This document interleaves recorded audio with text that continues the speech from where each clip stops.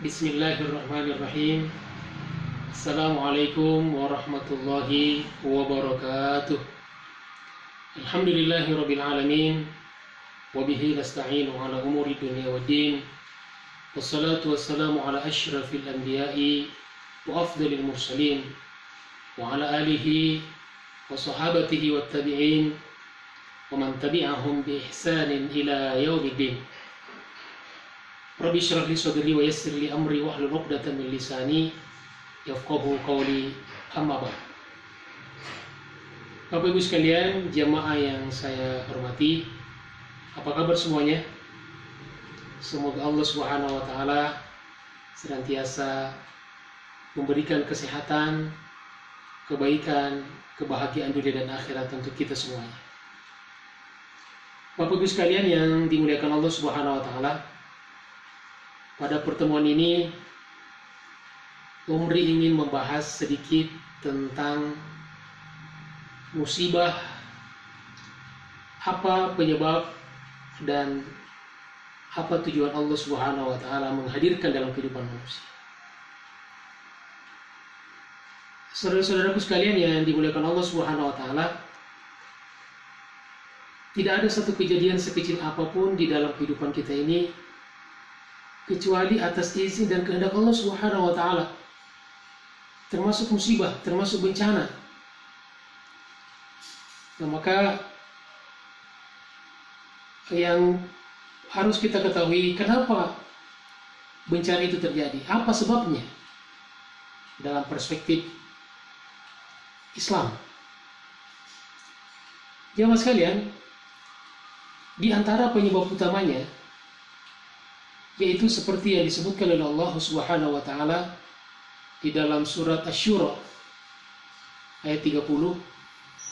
A'udzubillahi minasyaitonir rajim. Wa ma asabakum min musibatin fabima kasabat aydikum wa ya'fu 'an katsir. Dan apa saja yang menimpa kalian dari musibah apapun, maka itu lantaran perbuatan kalian. Ulama di tafsir mengatakan yang dimaksud dengan akibat ulah perbuatan kalian adalah karena kesalahan-kesalahan kalian, karena dosa-dosa dan kemaksiatan yang kalian lakukan. Wa ya'fu 'an katsir, dan Allah Subhanahu wa taala memaafkan banyak dosa dan kesalahan-kesalahan kita manusia.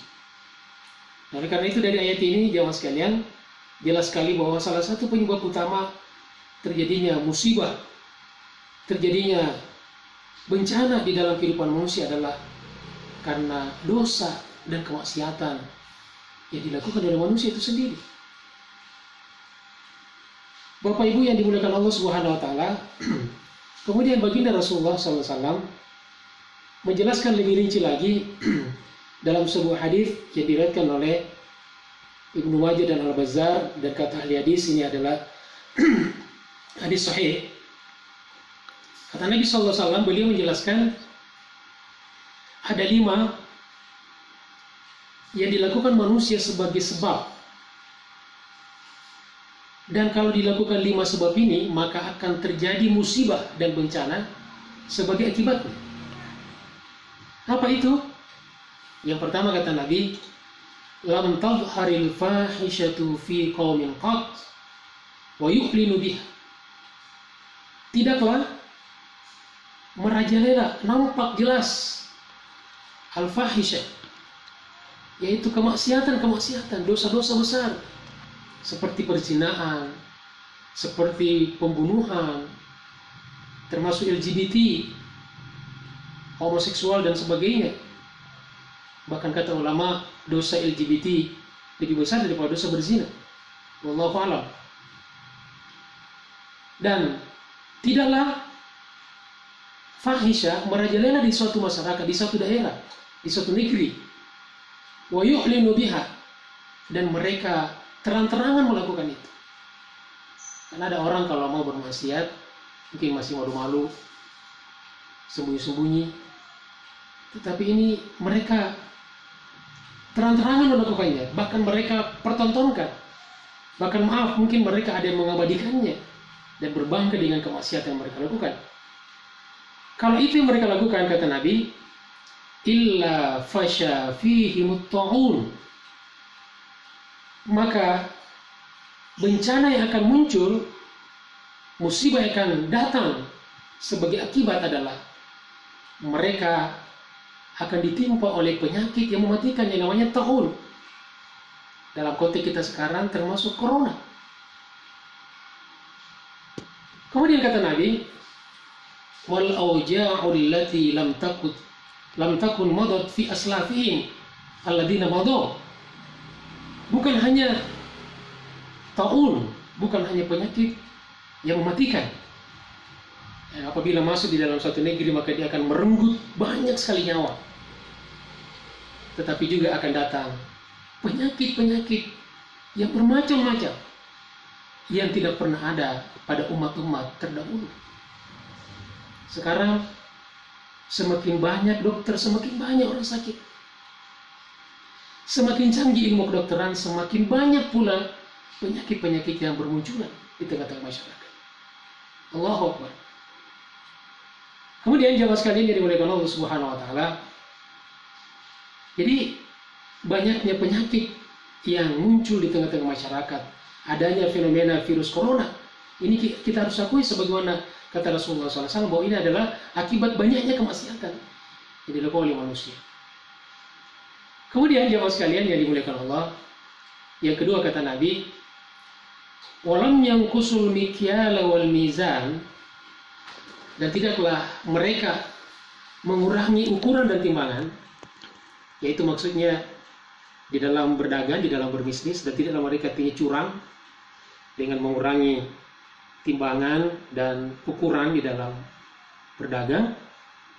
Kalau itu yang mereka lakukan sebagai penyebab, maka musibah yang akan muncul sebagai akibat adalah, kata Nabi, illa ukhidhu bis-sinin, maka mereka akan ditimpa oleh paceklik, oleh krisis ekonomi, krisis keuangan, mungkin juga krisis akhlak, dan multi krisis yang akan mereka dapatkan akibat karena kecurangan di dalam berbisnis. Kemudian kata Nabi, wa syiddatil ma'unah, juga akan terjadi kehidupan yang serba sulit, serba keras, serba berat. Susah mencari uang, susah mencari lapangan pekerjaan, susah menyekolahkan anak, hidup semakin susah. Kemudian kata Nabi, wajuris sultani alaihim, dan muncul nanti kecurangan para pemimpin-pemimpin. Akan hadir di tengah-tengah masyarakat pemimpin yang curang, pemimpin yang tidak cinta kepada masyarakatnya, pemimpin yang tidak membela rakyatnya, pemimpin yang menzalimi rakyatnya. Wal'uzubillah min dzalik. Jamaah sekalian yang dimuliakan Allah, kemudian yang ketiga kata Nabi, walam yamna'u zakat amwalihim, dan tidaklah mereka menahan zakat harta mereka.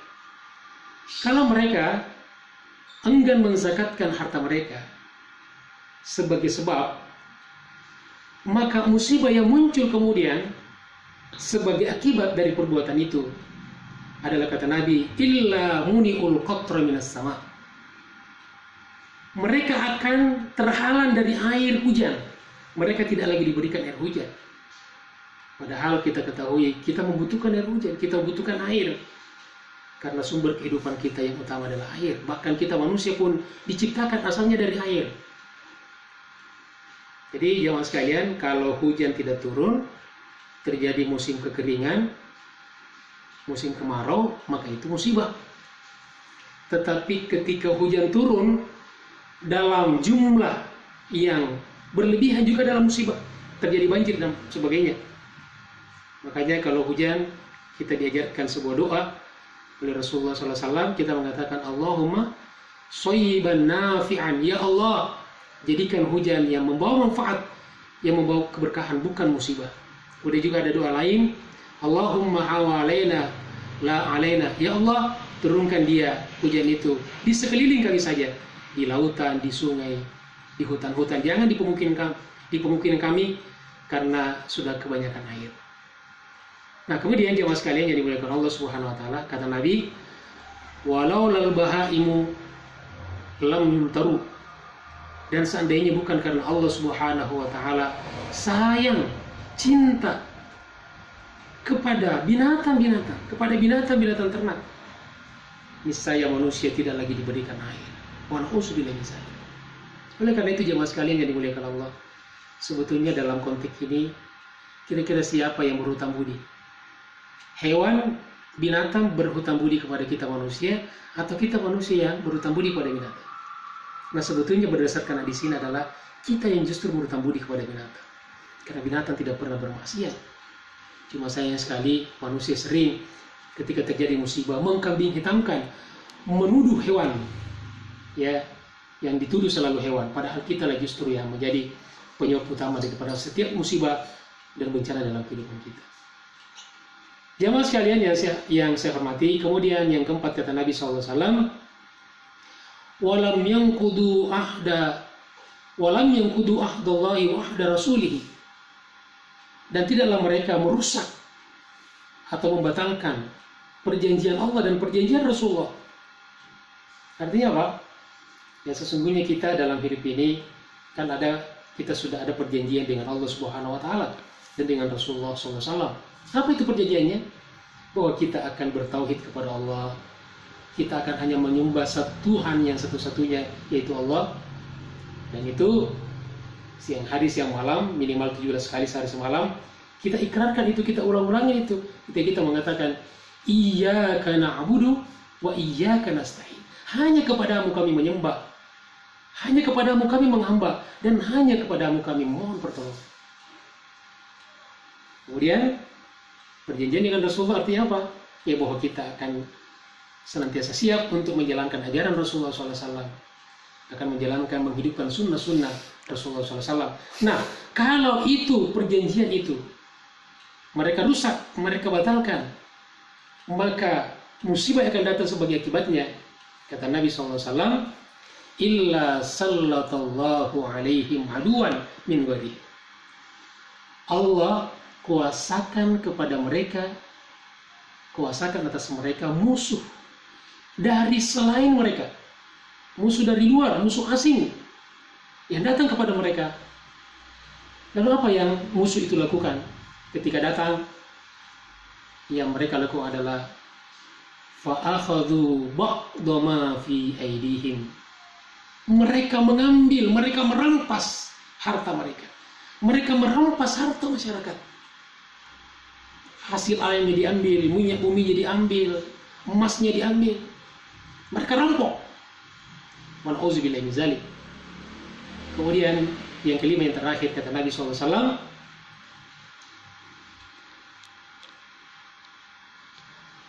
walam tahkum a'immatuhum bi kitabillah, ma lam tahkum a'immatuhum bi kitabillah wa yatakhayyaru mimma anzalallah.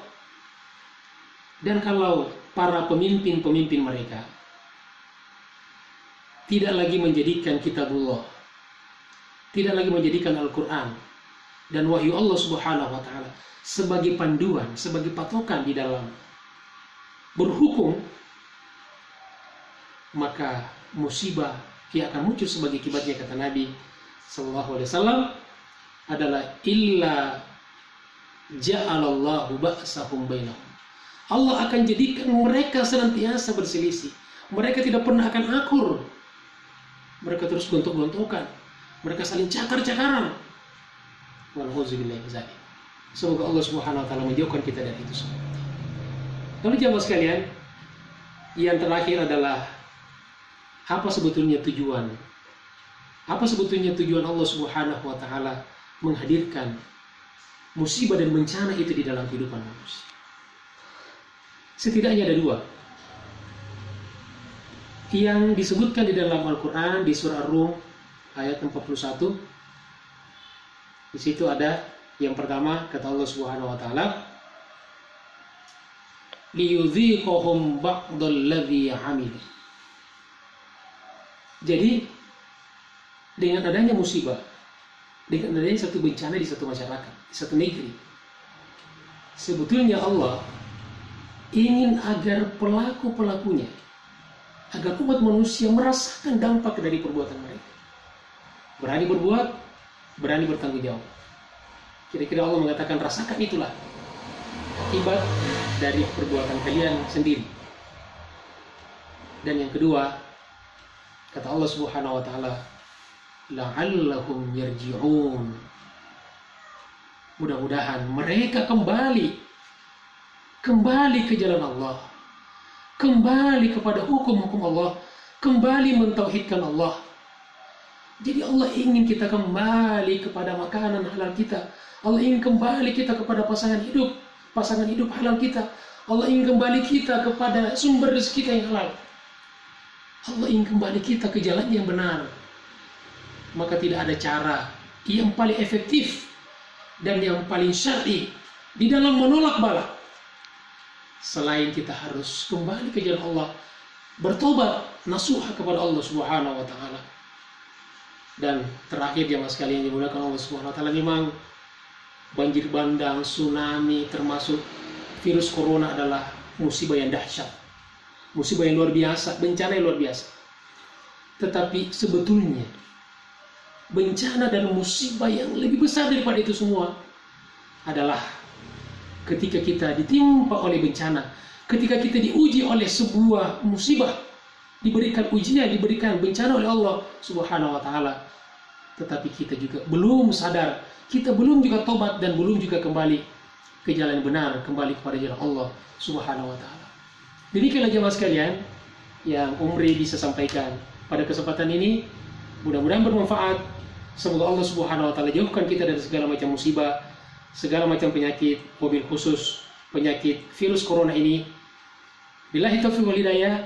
Assalamualaikum warahmatullahi wabarakatuh.